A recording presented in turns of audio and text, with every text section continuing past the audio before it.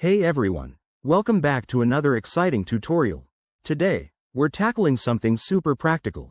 How to withdraw your USDT from Binance directly into your bank account in 2025. If you're into crypto, you know USDT, or Tether, is a stablecoin that's pegged to the US dollar, making it a reliable way to handle your funds without the wild price swings of other cryptos.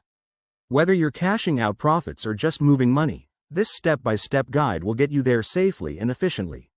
First things first, make sure you're logged into your Binance account. If you haven't already, enable two-factor authentication for extra security. It's a game changer in 2025 with all the new regulations. Once you're in, head over to the Wallet section. Here, you'll see your balances, including your USDT.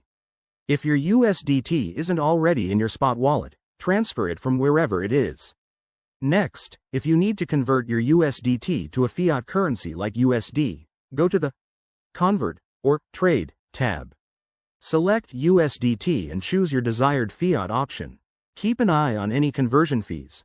Binance might charge a small percentage, so plan accordingly to maximize your withdrawal.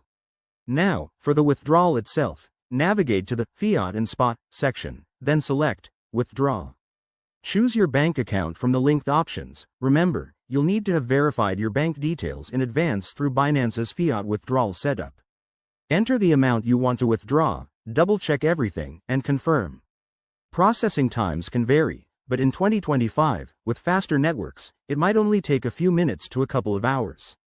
One quick tip: always monitor for any minimum withdrawal limits and potential network fees. And hey, if you're new to this, start small to test the waters.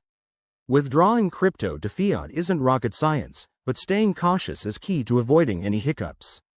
There you have it, folks. By following these steps, you'll have your USDT turned into real cash in your bank account in no time. If this helped, give it a thumbs up, hit that subscribe button for more crypto tips, and drop a comment below if you have questions. Thanks for watching, and let's keep building that financial knowledge. See you in the next video.